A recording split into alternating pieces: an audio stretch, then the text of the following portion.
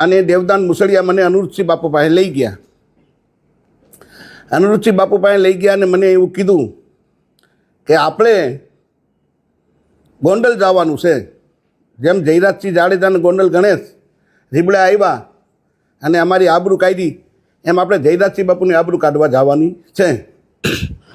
દલિત સમાજના રાજુભાઈ સોલંકી અને જયરાજસિંહ ગોંડલ વચ્ચે સમાધાન થઈ ગયું છે અને રાજુભાઈ સોલંકી દ્વારા એવું કહેવામાં આવી રહ્યું છે કે તેઓએ અનિરુદ્ધસિંહ રીબડાના કહેવાથી ગોંડલની અંદર વિશાળ આંદોલન કર્યું હતું અને જયરાજસિંહની આબરૂ કાઢવા માટેનું આ અનિરુદ્ધસિંહનું એક કાવતરું હતું એવું રાજુ સોલંકી દ્વારા કહેવામાં આવી રહ્યું છે. તમારું શું કહેવું છે કોમેન્ટની અંદર જરૂરથી જણાવજો અને ચેનલને સબસ્ક્રાઈબ કરજો.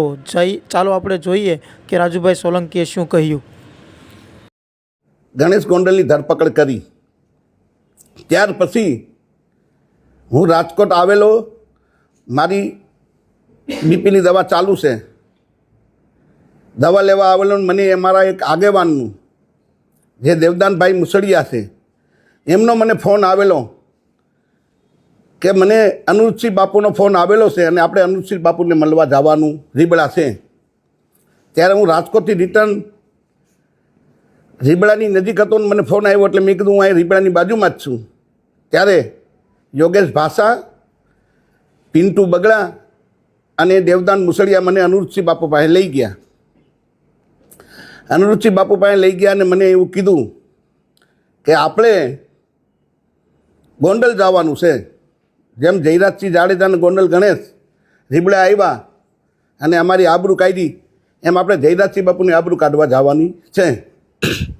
તો મને થોડોક રોષ હતો કે મારા દીકરાનું અપહરણ કર્યું, મારા દીકરાને માર્યો.